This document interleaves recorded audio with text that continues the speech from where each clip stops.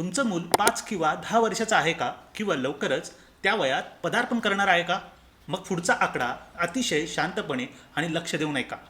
आजपासून 12 वर्षांनी म्हणजेच मुलाचं वय 18 वर्ष झाल्यावर जर त्याने एखाद्या नामांकित संस्थेतून MBBS किंवा इंजिनिअरिंग करायचं ठरवलं तर आज ज्या 5 वर्षाच्या कोर्सची फी 50 लाख रुपये आहे तोच कोर्स 12 वर्षांनी तब्बल 1.5 कोटी रुपयांचा होणार आहे.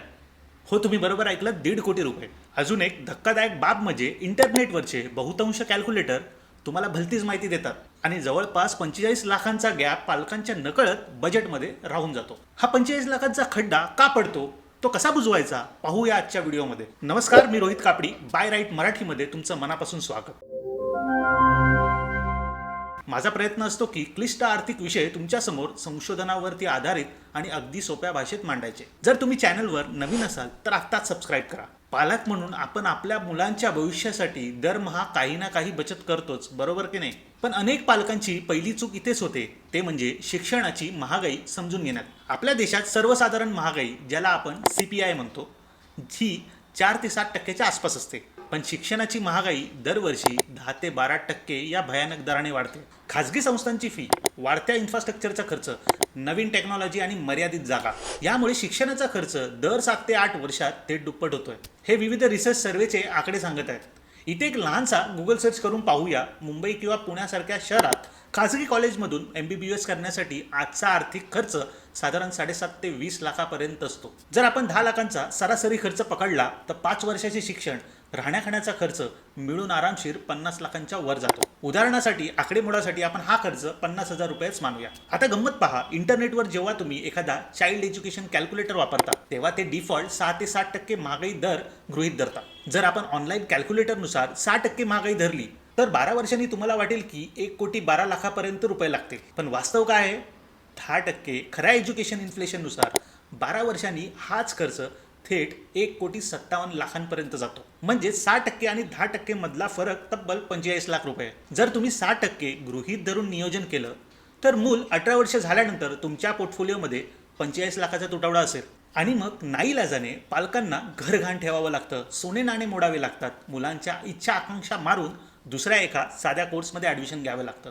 अशी वेळ तुमच्यावर येऊ नये आणि तुम्ही आजपासून योग्य प्लॅनिंग करू शकावं म्हणून आपण याचे खरे गणित आज पाहणार आहोत. मग या 1,57,00,000च्या टार्गेटसाठी आपण कुठे गुंतवणूक करू शकतो? चला उपलब्ध पर्यायांची तुलना करूया. पहिले PPF म्हणजेच पब्लिक प्रॉव्हिडंट फंड. यामध्ये दरवर्षी जास्तीत जास्त मर्यादा 1.5 लाख रुपये आहे. 7.1% व्याजाने 12 वर्षात तुमचे फक्त साधारणतः 29 लाख रुपये जमतील. 1.5 कोटीच्या टार्गेट समोर हा पर्याय अपुरा पडतोय. दुसरे SSY म्हणजे सुकन्या समृद्धी योजना. ही योजना फक्त मुलींसाठी आहे.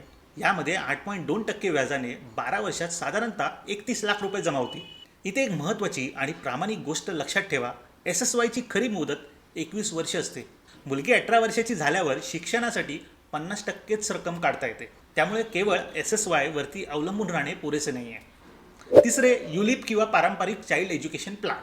अनेक एजंट्स तुम्हाला चाइल्ड प्लॅनच्या नावाने हे प्रोडक्ट विकतात आणि तुम्ही भावनिक होऊन गुंतवणूक करता. पण यामध्ये सुरुवातीला भारी कमिशन चार्जेस कापले जातात आणि परतावा फक्त मिळतो 5 ते 6%, म्हणजे एखाद्या FD सारखा. हे प्लॅन इन्व्हेस्टमेंटपेक्षा कंपनी आणि एजंट फ्रेंडली जास्त असतात, त्यामुळे त्यांच्यापासून तुम्ही दूरच राहा. आता चौथे राहिले ते म्हणजे इक्विटी म्युच्युअल फंड. आपली गुंतवणूक 12 वर्षासाठी म्हणजेच दीर्घकाळासाठी आहे.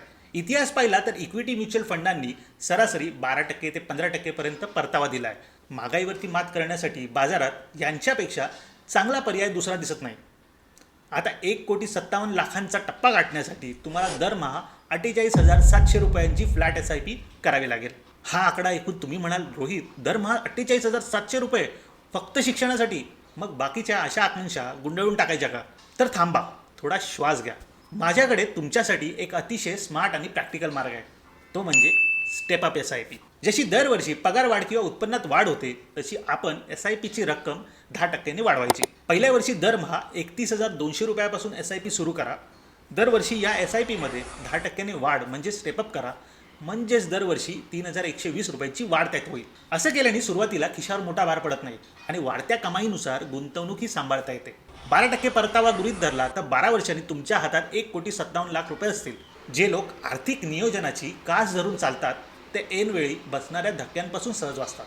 आणि हो, एक गोष्ट समजून घ्या, हे गणित प्रत्येकासाठी एकसारखं लागू होत नाही. प्रत्येक मुलाला मुंबई पुण्यातच MBBS करायचं असेल असं नाही आहे. प्रत्येकाच्या शिक्षणाचा खर्च 50 लाख असेलच असं नाही आहे. दरमहा 30 ते 50 हजार वाचवण्याची क्षमता प्रत्येकाचीच असेल असंही नाही आहे. पण हे एक उदाहरण आणि फ्रेमवर्क मानून चाला. मूल इंजिनिअरिंग, फार्मसी, फायनान्स, MBA किंवा अगदी कॉमर्स पदवी करणार जरी असेल तर खर्च वेगवेगळा असू शकतो. त्यानुसार गुंतवणुकीची रक्कम बदलेल, पण नियोजनाचा मार्ग जो आता आपण समजून घेतला तोच राहील. मित्रांनो, आजच विचार करा, 3 गोष्टी नक्की करा. एक म्हणजे तुमच्या मुलाचं आजचं वय आणि 15 वर्षानंतर अपेक्षित खर्च, तोही 10% महागाई दराने कॅल्क्युलेट केलेला.